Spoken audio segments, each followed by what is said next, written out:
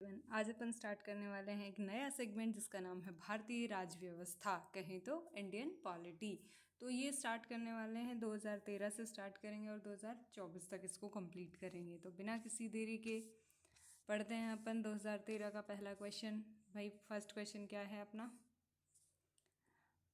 यदि राज्यसभा किसी धन विधेयक में सारभूत संशोधन करती है तो तत्पश्चात क्या होगा। तो भाई तत्पश्चात क्या होगा, स्टेटमेंट दिए हुए हैं, इसमें से बताना है। लोकसभा राज्यसभा के अनुशंसाओं को स्वीकार करे या अस्वीकार करे, इस विधेयक पर आगे कार्रवाई करी जा सकती है।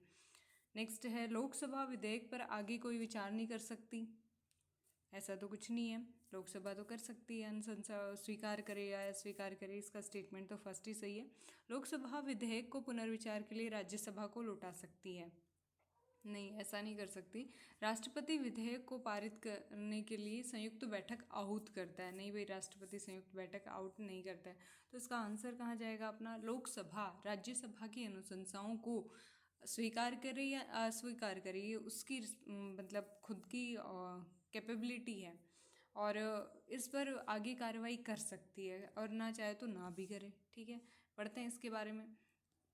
धन विधेयक कौन से आर्टिकल में आता है, आर्टिकल 110 में। धन विधेयक लोकसभा में पारित होने के पश्चात, पहले लोकसभा में पारित होने के पश्चात इसे किस में भेजा जाता है, राज्यसभा के विचारार्थ भेजा जाता है। राज्यसभा धन विधेयक को अस्वीकृत या संशोधित नहीं कर सकती, ये केवल सिफारिश कर सकती है। लोकसभा स्वीकार और अस्वीकार उसको कर सकती है। 14 दिन के भीतर राज्यसभा को स्वीकृति देनी या नहीं देनी आवश्यक है, अन्यथा विधेयक क्या समझा जाएगा, पारित समझा जाएगा। धन विधेयक जिसमें सूचीबद्ध सभी या किसी भी मामले से संबंधित होगा, किसी भी कर का अधिरोपण, उन्मूलन, परिहार, परिवर्तन और विनियमन, भारत सरकार द्वारा धन उधार लेने का विनियमन, भारत की संचित निधि CFI या भारत की आकस्मिकता निधि की अभिरक्षा, ऐसी किसी निधि में धन को जमा कराना या उसमें से धन की निकासी, CFI से धन का विनियोग, CFI पर भारित किसी भी व्यय की घोषणा या ऐसे किसी व्यय की राशि में वृद्धि करना, भारत की संचित निधि या लोक लेखा से धन प्राप्त करना या उसकी रक्षा करना, अथवा संघ एवं राज्यों के लेखा परीक्षण से संबंधित विषय धन विधेयक में शामिल हों। एक इम्पॉर्टेंट स्टेटमेंट है, यदि सभी धन विधेयक वित्त विधेयक होते हैं, पर सभी वित्त विधेयक धन विधेयक नहीं होते हैं। दिमाग में बिठा लो, सभी धन विधेयक तो वित्त विधेयक होते हैं, बट सभी वित्त विधेयक धन विधेयक नहीं होते हैं। जो धन विधेयक वो तो किस में आते हैं, आर्टिकल 110 में, और 117 में कौन सा आता है, वित्त विधेयक। तो इसमें लिखा हुआ है कि अनुच्छेद 110 के तहत धन विधेयक और अनुच्छेद 117 के तहत वित्त विधेयक ऐसे बिल हैं जिन्हें संसद में पेश करने से पहले राष्ट्रपति की पूर्व अनुशंसा की आवश्यकता होती है। क्लियर, तो ये था अपना पूरा धन विधेयक और थोड़ा सा वित्त विधेयक के बारे में। नेक्स्ट क्वेश्चन है, निम्नलिखित कथनों में से कौन सा सही है। भारत में एक ही व्यक्ति को एक ही समय में 2 या 2 से अधिक राज्यों में राज्यपाल नियुक्त नहीं किया जा सकता। नहीं भाई, किया जा सकता है। भारत में राज्यों के उच्च न्यायालय के न्यायाधीश राज्य के राज्यपाल द्वारा नियुक्त किए जाते हैं, नहीं राष्ट्रपति द्वारा नियुक्त करे जाते हैं। ठीक वैसे ही जैसे उच्चतम न्यायालय के न्यायाधीश राष्ट्रपति द्वारा नियुक्त किए जाते हैं, तो राष्ट्रपति द्वारा ही उच्च न्यायालय के न्यायाधीश नियुक्त करे जाते हैं। भारत के संविधान में राज्यपाल को उसके पद से हटाने हेतु कोई भी प्रक्रिया अधिकथित नहीं है। ये बात बिल्कुल सही है कि उसको हटाने की कोई भी प्रक्रिया नहीं दी गई है। विधायी व्यवस्था वाले संघ राज्य क्षेत्र में मुख्यमंत्री की नियुक्ति उपराज्यपाल द्वारा बहुसमर्थन के आधार पर की जाती है। नहीं भाई, मुख्यमंत्री की नियुक्ति भी शायद राष्ट्रपति के द्वारा ही की जाती है। पढ़ते हैं इसके बारे में, तो अपना वही स्टेटमेंट सही है। भारत के संविधान में राज्यपाल को उसके पद से हटाने हेतु कोई भी प्रक्रिया अभी कथित नहीं है। भारतीय संविधान का अनुच्छेद 153 राज्यपाल के पद का प्रावधान करता है। उसकी नियुक्ति जहां राष्ट्रपति की मुहर लगे आज्ञा पत्र के माध्यम से होती है, अर्थात राज्यपाल राष्ट्रपति के प्रसाद पर्यंत पद धारण करता है। उसको हटाने की सुनिश्चित प्रक्रिया का उल्लेख भारतीय संविधान में नहीं है। विकल्प एक गलत है, क्योंकि भारत में एक ही व्यक्ति एक ही समय में 2 या 2 से अधिक राज्यों में राज्यपाल नियुक्त किया जा सकता है। और ये कौन सा संविधान संशोधन था? 7वां संविधान संशोधन 1956। ठीक है। विधायी व्यवस्था वाले संघ राज्य क्षेत्र में मुख्यमंत्री की नियुक्ति राष्ट्रपति द्वारा की जाती है। विधायी व्यवस्था वाले संघ राज्य क्षेत्र में तो मुख्यमंत्री की नियुक्ति किसके द्वारा की जाती है? राष्ट्रपति के द्वारा। आर्टिकल 239A में ध्यान रहे, केंद्र शासित प्रदेशों का प्रशासन राष्ट्रपति द्वारा ही संचालित होता है। केंद्र शासित प्रदेशों के प्रशासक राष्ट्रपति के एजेंट और अभिकर्ता होते हैं, न कि राज्यपाल की तरह राज्य प्रमुख। वैसे राज्यों का तो शायद क्या 100% ही राज्यपाल ही नियुक्त करते हैं। ठीक है। और जो केंद्र शासित प्रदेश होते हैं, विधायी व्यवस्था वाले संघ राज्य क्षेत्र होते हैं, उनके अंदर कौन नियुक्त करता है मुख्यमंत्री को? राष्ट्रपति। विकल्प बी गलत है, क्योंकि उच्च न्यायालय के न्यायाधीशों की नियुक्ति राष्ट्रपति द्वारा होती है। आर्टिकल 217 के अकॉर्डिंग होगा उच्च न्यायालय के न्यायाधीशों की नियुक्ति राष्ट्रपति द्वारा। ठीक है। नेक्स्ट क्वेश्चन की तरफ बढ़ते हैं। भारत के संविधान में संशोधन केवल लोकसभा में एक विधेयक की पूर्व स्थापना द्वारा प्रारंभ किया जाता है। नहीं भाई, लोकसभा राज्यसभा दोनों में हो सकता है। यदि ऐसा संशोधन संविधान के संघीय चरित्र में परिवर्तन की मांग करता है तो संविधान का अनुसमर्थन भारत के सभी राज्यों के विधानमंडल द्वारा किया जाना आवश्यक है। ऐसा कुछ भी नहीं है, दोनों के दोनों स्टेटमेंट ही गलत हैं। पढ़ते हैं इसके बारे में। भारत में संविधान संशोधन की प्रक्रिया भारत के संविधान के भाग 20 अनुच्छेद 368 में रखी गई है। इसे दक्षिण अफ्रीका के संविधान से उधार लिया गया है। तो भाई ध्यान रखना, संविधान संशोधन की प्रक्रिया कौन से संविधान के कौन से भाग में आती है? 20वें में। अनुच्छेद कौन सा है? 368। कहाँ से लिया गया है? दक्षिणी अफ्रीका के संविधान से लिया गया है। ठीक है। नेक्स्ट अपन आगे बढ़ते हैं। कथन फर्स्ट गलत है, क्योंकि भारत के संविधान में संशोधन विधेयक किसी भी सदन अर्थात लोकसभा व राज्यसभा में लाया जा सकता है। क्वेश्चन में तो दिया हुआ है सिर्फ लोकसभा में, तो ऐसा कुछ नहीं है, दोनों में लाया जा सकता है। विधेयक को मंत्री या निजी सदस्य द्वारा पेश किया जाता है और इसके लिए राष्ट्रपति की अनुमति की आवश्यकता नहीं होती है। तो ये यूपीएससी 2021 में भी पूछा रहा है। ध्यान रहे, राज्य विधानमंडलों को यह अधिकार नहीं है। कथन 2 भी गलत है, क्योंकि संघीय क्षेत्र में परिवर्तन संबंधी संविधान संशोधन विधेयक का अनुसमर्थन संसद के द्वारा विशेष बहुमत से पारित करने के पश्चात केवल आधे राज्यों के विधानमंडलों में साधारण बहुमत के माध्यम से पारित करने से संविधान संशोधन हो जाता है। ध्यान रहे, यहाँ कोई समय सीमा नहीं है जिसके भीतर राज्यों को बिल पर अपनी सहमति देनी चाहिए, जैसे कि वस्तु एवं सेवा कर जीएसटी विधेयक। ठीक है। ध्यान रहे, संविधान संशोधन आर्टिकल 368 में राज्यसभा तथा लोकसभा के मध्य असहमति होने पर संयुक्त बैठक का प्रावधान नहीं है। राष्ट्रपति विधेयक को सहमति देंगे, वे न तो विधेयक को अपने पास रख सकते हैं और न ही संसद के पास पुनर्विचार के लिए भेजा जा सकता है। राष्ट्रपति की सहमति के बाद विधेयक अधिनियम बन जाता है और संविधान में अधिनियम की तरह इसका समावेश कर लिया जाएगा। 24वें संविधान संशोधन 1971 में राष्ट्रपति के लिए संविधान संशोधन के विधेयकों पर अपनी सहमति देना अनिवार्य कर दिया गया है। क्लियर? तो ये बात आई समझ में, संविधान संशोधन अधिनियम। नेक्स्ट क्वेश्चन है, निम्नलिखित कथनों पर विचार कीजिए। भारत का महान्यायवादी अटॉर्नी जनरल लोकसभा की कार्यवाही में भाग ले सकता है? हाँ भाई, ले सकता है। लोकसभा की किसी समिति का सदस्य हो सकता है? हाँ, हो सकता है। लोकसभा में बोल सकता है? हाँ भाई, बोल भी सकता है। लोकसभा में मतदान नहीं कर सकता। क्लियर? पढ़ते हैं इसके बारे में। भारत का महान्यायवादी आर्टिकल 76 की नियुक्ति किसके द्वारा? राष्ट्रपति के द्वारा होती है। योग्यता जो उच्चतम न्यायालय के किसी न्यायाधीश की नियुक्ति हेतु आवश्यक है, जैसे भारत का नागरिक हो, उच्च न्यायालय के न्यायाधीश के रूप में 5 वर्षों का अनुभव या किसी उच्च न्यायालय में वकालत का 10 वर्षों का अनुभव हो। राष्ट्रपति के मतानुसार यह न्यायिक मामलों का योग्य व्यक्ति हो। महान्यायवादी लोकसभा की कार्यवाही में भाग ले सकता है, लोकसभा की किसी समिति का सदस्य हो सकता है, लोकसभा में अपनी बात रख सकते हैं, लेकिन ध्यान रहे संसद का मतदान का अधिकार महान्यायवादी को नहीं होता, क्योंकि मताधिकार चुने हुए सदस्य ही प्रयोग कर सकते हैं।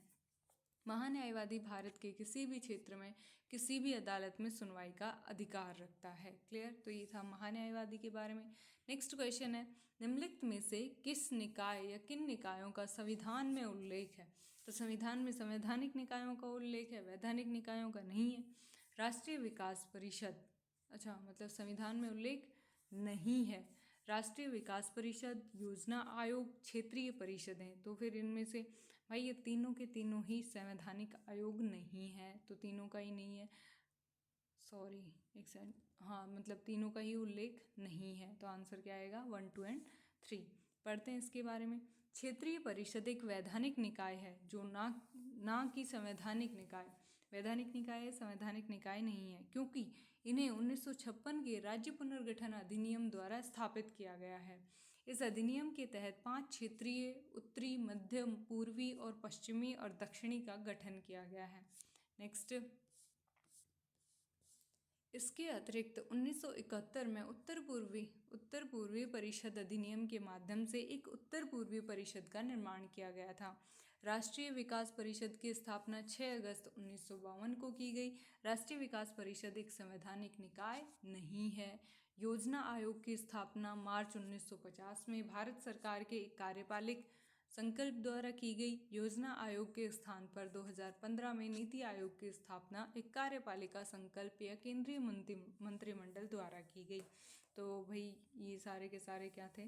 संवैधानिक निकाय नहीं थे। योजना आयोग की स्थापना कब हुई है? मार्च 1950 में। नाम कब बदला गया? 2015 में। नीति आयोग इंपॉर्टेंट है, ध्यान रखना। नेक्स्ट क्वेश्चन है, संसद अंतर्राष्ट्रीय संधियों को भारत के किस भाग अथवा संपूर्ण भारत में लागू करने के लिए कोई भी कानून बना सकती है? तो संसद, हाँ भाई संसद के हाथ में ही होता है सारे कानून वगैरह बनाना संपूर्ण भारत ये अंतर्राष्ट्रीय संधियों से रिलेटेड, और उनको राज्य की अनुमति लेने की कोई ज़रूरत नहीं है, बिना किसी राज्य की अनुमति के बना सकती है। पढ़ते हैं इसके बारे में। बिना किसी राज्य की सहमति से भारतीय संविधान के आर्टिकल 253 के अनुसार संसद अंतर्राष्ट्रीय संधि करार या अभिसमय को लागू करने के लिए भारत के संपूर्ण राज्य क्षेत्र या उसके किसी भाग के लिए विधि बनाने की शक्ति है। यह व्यवस्था केंद्र को अपने अंतर्राष्ट्रीय दायित्व और प्रतिबद्धता को पूरा करने के योग्य बनाती है। आर्टिकल 248 क्या कहता है? इसके तहत अवशिष्ट विषय की शक्तियां संघ सरकार के अधीन है। आर्टिकल 253 के तहत विधि बनाते समय राज्यों की सहमति आवश्यक नहीं है। आर्टिकल 249 संसद राज्य सूची में विषयों वस्तुओं पर कानून बना सकती है यदि राज्यसभा उपस्थित और मतदान करने वाले सदस्यों के 2/3 बहुमत से एक प्रस्ताव पारित करती है कि संसद के लिए राज्य सूची में सूचीबद्ध किसी भी वस्तु पर राष्ट्रहित में कानून बनाना आवश्यक है। यह एक बहुत ही महत्वपूर्ण विशेषता है जो संसद और राज्यों के बीच कानून बनाने की शक्तियों के संतुलन को बनाए रखने में राज्यसभा के महत्व को बनाती है। राज्यसभा द्वारा पारित ऐसा संकल्प केवल 1 वर्ष के लिए वैध होता है, लेकिन जिन परिस्थितियों में उपरोक्त संकल्प पारित किया गया था, यदि 1 वर्ष के बाद भी वही स्थिति बनी रहती है तो उसी प्रकार के संकल्प को उसी विशेष वस्तु से फिर से पारित करने की आवश्यकता होती है। आर्टिकल 252 के अनुसार यदि 2 या 2 से अधिक राज्यों की विधायिकाएं इस आशय का प्रस्ताव पारित करती हैं कि राज्य सूची में शामिल किसी भी मामले को विनियमित करने के लिए एक संसदीय कानून होना वांछनीय है, तो यह संसद के लिए इस तरह के मामले के नियमन के लिए कानून बनाना वैध है। आर्टिकल 250 के अनुसार संसद को किसी भी विषय पर कानून बनाने का अधिकार है जो पूरे भारत या भारत के हिस्से के लिए राज्य सूची में शामिल हैं। जब आपातकाल की उद्घोषणा लागू है, राज्य सूची की मदों पर संसद द्वारा पारित किया हुआ कानून आपातकाल की अवधि और उस अवधि के बाद 6 महीने तक लागू रहेगा। आर्टिकल 251 कहता है कि यदि किसी व्यक्ति के विधानमंडल द्वारा बनाए गए कानून का कोई प्रावधान संसद द्वारा बनाए गए कानून के किसी प्रावधान से असंगत है तो संसद द्वारा पारित कानून प्रभावी होगा। तो क्लियर हुआ अपना भाई संसद की पावर के बारे में। नेक्स्ट क्वेश्चन है, सरकार के अनुसूचित क्षेत्रों में पंचायत विस्तार पैसा का अधिनियम को 1996 में अधिनियमित किया गया। निम्नलिखित में से कौन सा एक उसके उद्देश्यों में अभिज्ञात नहीं है? तो भाई पैसा अधिनियम ये पंचायत राज से रिलेटेड था, पढ़ते हैं इसके बारे में। स्वशासन प्रदान करना, बात सही है। पारंपरिक अधिकारों को मान्यता देना, ये भी सही है। जनजातीय क्षेत्रों में स्वायत्त क्षेत्रों का निर्माण करना, नहीं भाई स्वायत्त क्षेत्र नहीं निर्माण करे जाएंगे। जनजातीय लोगों को शोषण से मुक्त करना, ये बात सही है। तो सी स्टेटमेंट क्या है? गलत है। पढ़ते हैं इसके बारे में। जनजातीय क्षेत्रों में स्वायत्त क्षेत्रों का निर्माण करना, अनुसूचित क्षेत्रों में पंचायत विस्तार अधिनियम 1996 भूरिया समिति की सिफारिशों के बाद अस्तित्व में आया। 73वां संविधान संशोधन से ग्रामीण भारत में स्थानीय स्वशासन लागू किया गया था, लेकिन अनुच्छेद 243 एम के तहत अनुसूचित और जनजातीय क्षेत्रों में यह लागू नहीं होता। पेशा 1996 ग्राम सभा को पूर्ण शक्तियां प्रदान करता है, जैसे स्वशासन, भूमि अधिग्रहण, पारंपरिक अधिकार, लघु वन उत्पादों पर स्वामित्व, स्थानीय विवादों का समाधान इत्यादि। पेशा 1996 जनजातीय लोगों को विभिन्न स्तरों पर शोषण से बचाने हेतु एक आवरण का कार्य करता है। तो पेशा अधिनियम के बारे में पता चला। पेशा 1996 स्वायत्त क्षेत्रों का निर्माण नहीं करता है। नेक्स्ट क्वेश्चन है, अनुसूचित जनजाति एवं अन्य पारंपरिक वनवासी वन अधिकारों की मान्यता अधिनियम 2006 के अधीन व्यक्तिगत या सामुदायिक वन अधिकारों अथवा दोनों की प्रकृति एवं विस्तार के निर्धारण की प्रकृति को प्रारंभ करने के लिए कौन प्राधिकारी होगा? तो भाई अनुसूचित जनजाति पे तो यही रहता है भाई, ग्राम सभा 2006 के अधीन, इस एक्ट के अधीन वन अधिकारों की मान्यता अधिनियम 2006 के अकॉर्डिंग। पढ़ते हैं इसके बारे में। अनुसूचित जनजाति एवं अन्य पारंपरिक वनवासी वन अधिकारों को मान्यता अधिनियम 2006 ग्राम सभा को व्यक्तिगत सामुदायिक अधिकारों की सीमा व प्रकृति निर्धारित करने के लिए प्रक्रिया प्रारंभ करने का प्राधिकारी होगा। इससे असंतुष्ट होने पर उपखंड स्तर पर याचिका दे सकेगा। उपखंड स्तर पर असंतुष्ट हुआ तो फिर वो जिला स्तर की समिति को याचिका देगा। FRA एक्ट 2006 संविधान की 5वीं व 6ठी अनुसूची के अधिशेष का विस्तार करता है, क्योंकि इसी में अनुसूचित जाति व जनजातियों के बारे में ये एक्ट वन अधिकारों व वन भूमि पर कब्जे, खेती का अधिकार 4 हेक्टेयर को पहचानता है। कौन दावा कर सकता है? जो 13 दिसंबर 2005 तक 75 वर्ष कम से कम 3 पीढ़ियों से मुख्य आजीविका की जरूरतों हेतु वन भूमि पर निवास करता है। नोडल मंत्रालय कौन सा है भाई? इसका जनजातीय कल्याण मंत्रालय। ध्यान रखना, ये UPSC 2021 में पूछा गया है। नेक्स्ट क्वेश्चन, भारत के संविधान में उद्देश्यों में से एक रूप में आर्थिक न्याय का किसमें बंद किया गया है? तो भाई आर्थिक न्याय का मेनली तो उद्देशिका में तो किया ही गया है, उसके अलावा भाई DPSP में किया गया है, राज्य के नीति निदेशक तत्वों में। पढ़ते हैं। उद्देशिका सामाजिक, आर्थिक और राजनीतिक 3 प्रकार के न्याय कौन कौन से? सामाजिक, आर्थिक और राजनीतिक न्याय का उपबंध करता है। राज्य के नीति निदेशक तत्व DPSP जिसे बोलते हैं, आर्टिकल 36 से 51 तक हैं। ये लोक कल्याणकारी राज्य की स्थापना के लिए आर्थिक न्याय प्रदान करने का उपबंध करता है। आर्टिकल 41 कुछ मामलों में काम का अधिकार, सार्वजनिक सहायता, अनुच्छेद 42 में मातृत्व सहायता, अनुच्छेद 43 में कर्मचारियों का निर्वाह वेतन इत्यादि। मूल अधिकारों का उद्देश्य राजनीतिक लोकतंत्र के आदर्शों की उन्नति से है, वहीं सामाजिक और आर्थिक लोकतंत्र की स्थापना करना DPSP का मुख्य उद्देश्य है। क्लियर? तो आ गई बात में समझ में। नेक्स्ट क्वेश्चन है, भारत के संविधान के अनुसार निम्नलिखित में से कौन सा देश के शासन के लिए आधारभूत है? तो भाई देश के शासन के लिए आधारभूत है राज्य के नीति निदेशक तत्व। भारत के संविधान आर्टिकल 37 के अनुसार राज्य की नीतियां और विधियों को लागू करते समय नीति निदेशक तत्वों का ध्यान रखेगा। ये शासन में मूलभूत तत्व हैं। यही कारण है कि समय समय पर विभिन्न कानूनों के माध्यम से नीति निदेशक तत्वों को लागू करने हेतु विभिन्न विधि अधिनियम जैसे निःशुल्क विधिक सहायता, ये किस में आया? आर्टिकल 39 है। प्रसूति सुविधा अधिनियम 1961 आर्टिकल 42 इत्यादि अनेक एक्ट बनाए गए हैं।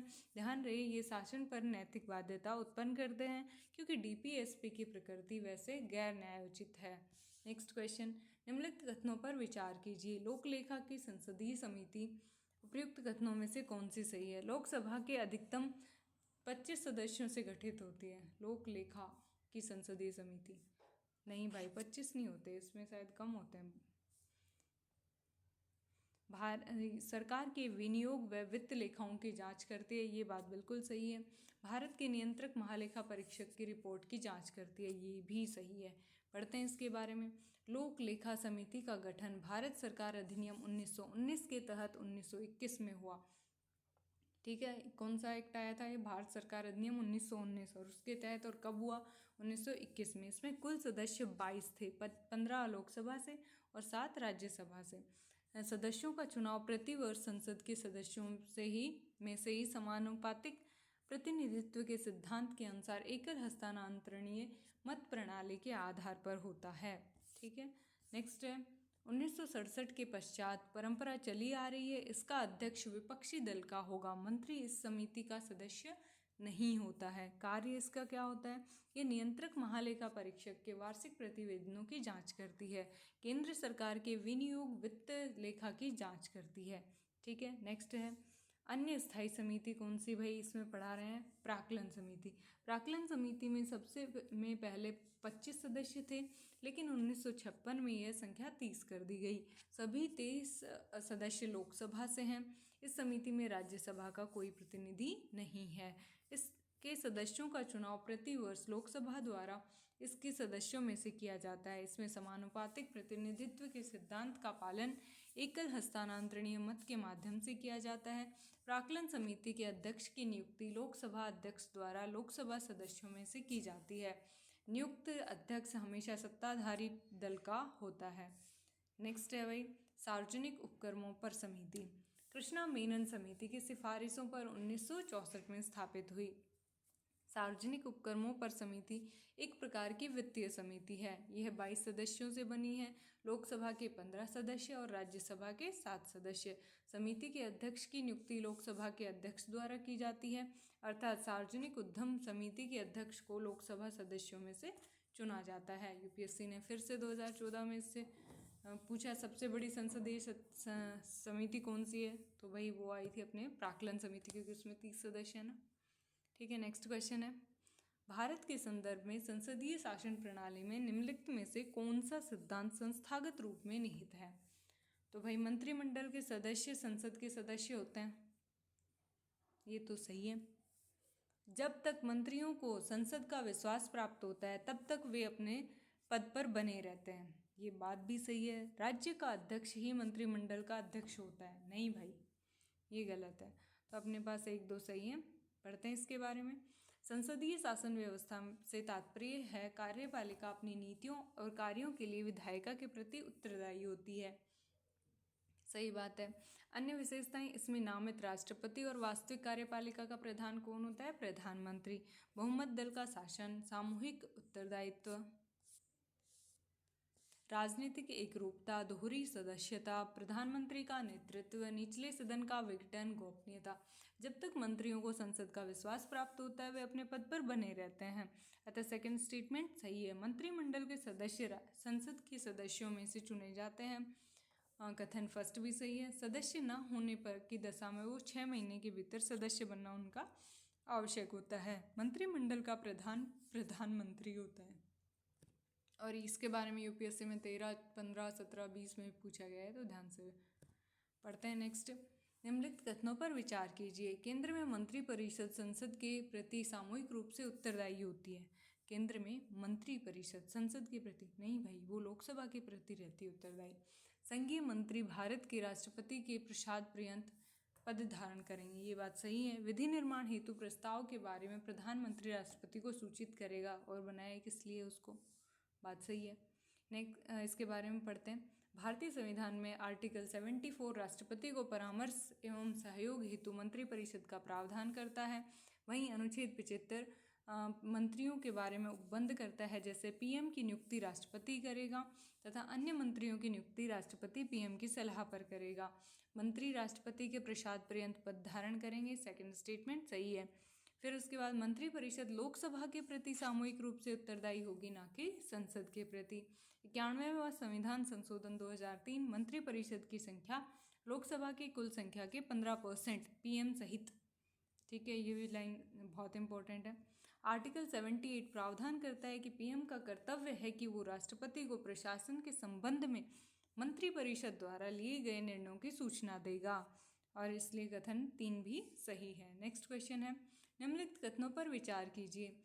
राष्ट्रीय विकास परिषद योजना आयोग का एक अंग है। राष्ट्रीय विकास अभी तो थोड़ी देर पहले आया था, दोनों के दोनों डिफरेंट थे। बताओ एक क्वेश्चन का आंसर दूसरे क्वेश्चन में। यूपीएससी बना रही है ना पेपर। आर्थिक और सामाजिक योजना को भारत के संविधान के समवर्ती सूची में रखा गया है, तो भाई रखा गया होगा, हो सकता है। भारत का संविधान यह विहित करता है कि पंचायतों को आर्थिक विकास और सामाजिक न्याय की योजना बनाने का कार्यभार दिया जाना चाहिए। ये बात बिल्कुल सही है, तो 2 और 3 इसमें बिल्कुल सही है। पढ़ते हैं इसके बारे में। कथन 2 सही है। आर्थिक व सामाजिक योजना को भारत के संविधान की समवर्ती सूची में रखा गया है। भारतीय संविधान की अनुसूची 7 केंद्र, राज्य व समवर्ती सूची के विषयों की जानकारी देती है। बात बिल्कुल सही है। आर्टिकल 248 अवशिष्ट विषयों को केंद्र को सौंपा गया है। कथन 3 भी सही है, क्योंकि 73वां संविधान संशोधन 1992 के अनुसार भाग 9 भारतीय संविधान में जोड़ा गया तथा लोकतांत्रिक विकेंद्रीकरण को साकार करने के लिए पंचायती राज को आर्थिक विकास तथा सामाजिक न्याय की योजना बनाने हेतु प्रावधान किए गए हैं। 11वीं अनुसूची में 29 विषयों को पंचायत के कानून क्षेत्र में समाहित किया गया है। राष्ट्रीय विकास परिषद योजना का अंग नहीं है, योजना आयोग का अंग नहीं है।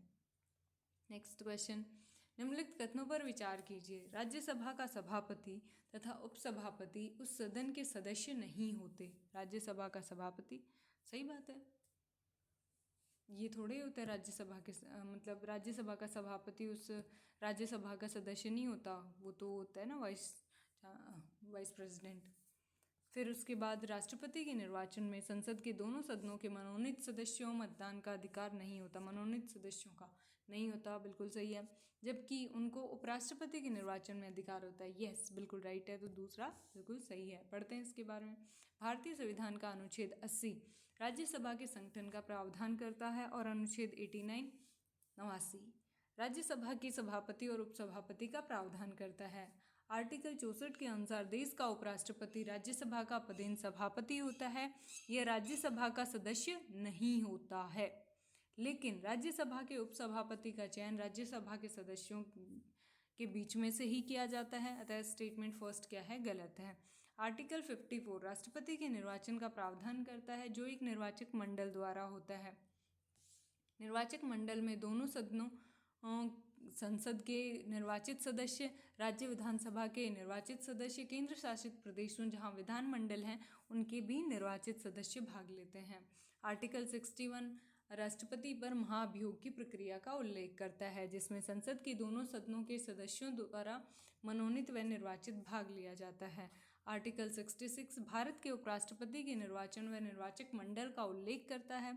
निर्वाचक मंडल में संसद के दोनों सदनों के सभी सदस्य मनोनीत और निर्वाचित भाग लेते हैं उपराष्ट्रपति में। ठीक है भाई, कथन 2 सही है। नेक्स्ट क्वेश्चन है, राष्ट्रीय विधिक सेवा प्राधिकरण के संदर्भ में निम्नलिखित कथनों पर विचार कीजिए। इसका उद्देश्य समान अवसरों के आधार पर समाज के कमजोर वर्गों को निःशुल्क व सक्षम विधिक सेवाएं उपलब्ध करवाना। भाई सही लग रहा है ये स्टेटमेंट। तो ये देश भर में विधिक कार्यक्रमों और योजनाओं को लागू करने के लिए राज्य विधिक सेवा प्राधिकरणों को निर्देश जारी करता है। ये भी सही है, तो स्टेटमेंट फर्स्ट और सेकंड दोनों सही है। पढ़ते हैं इसके बारे में। राष्ट्रीय विधिक सेवा प्राधिकरण नालसा की स्थापना नालसा एक्ट 1987 के तहत निःशुल्क व वहनीय विधिक सहायता समाज के कमजोर वर्गों को पहुंचाने के लिए की गई थी, ताकि आर्टिकल 39A की भावना को पुष्ट किया जा सके। यार ये आर्टिकल 39 भी कई बार देखा गया है डीपीएसपी में। निःशुल्क विधिक सहायता आर्टिकल 39A निःशुल्क विधिक सहायता हेतु राज्य को निर्देशित करता है। नालसा देश भर में विधिक कार्यक्रमों और योजनाओं को लागू करने के लिए सालसा राज्य विधिक सेवा प्राधिकरण को निर्देश जारी करता है। इन कार्यों में लगे एनजीओज को अनुदान सहायता प्रदान करता है।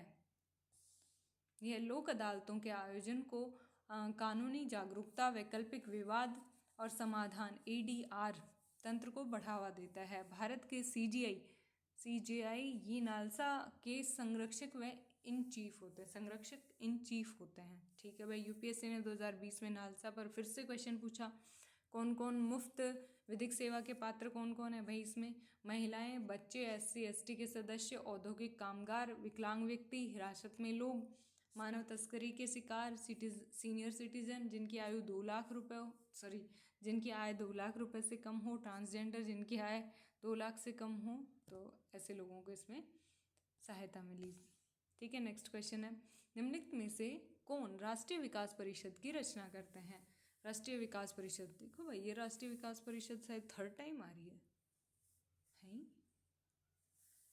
फर्स्ट है भाई, राष्ट्रीय विकास परिषद में प्रधानमंत्री आता है, अध्यक्ष या वित्त आयोग ये नहीं आता भाई। संघीय मंत्रिमंडल के मंत्रीगण आते हैं, ये भी आते हैं, राज्यों के मुख्यमंत्री भी आते हैं, तो 1, 3 और 4 आएगा। फिर इसके बारे में दिया हुआ है, राष्ट्रीय विकास परिषद में प्रधानमंत्री, अध्यक्ष, केंद्रीय कैबिनेट मंत्री, प्रत्येक राज्य के मुख्यमंत्री, केंद्र शासित प्रदेशों के प्रतिनिधि और नीति आयोग के सदस्य शामिल हैं। राज्य के राज्यपाल को राष्ट्रीय विकास प्राधिकरण का सदस्य नहीं माना जाता, ये भी इम्पोर्टेंट है भाई। हालांकि स्वतंत्र प्रभार वाले राज्य के मंत्रियों को राष्ट्रीय विकास परिषद द्वारा आयोजित बैठकों में आमंत्रित किया जाता है। तो ये कितने क्वेश्चन हो गए भाई अपने? टोटल 17। तो 17 क्वेश्चन अपने 34 नंबर ओनली पॉलिटी आई थी 2013 में, जो क्वेश्चन अपने कंप्लीट हुए। काफ़ी अच्छा इसमें दे रखा था एक्सप्लेनेशन। तो ऐसे ही अपन आगे करेंगे कल 2014 का पेपर। Okay, bye bye. बुक पढ़नी हो तो कौन से सर की? धर्मेंद्र जाखड़ जी सर की, ऑनलाइन मिल जाएगी। ठीक है, बाय बाय, गुड नाइट।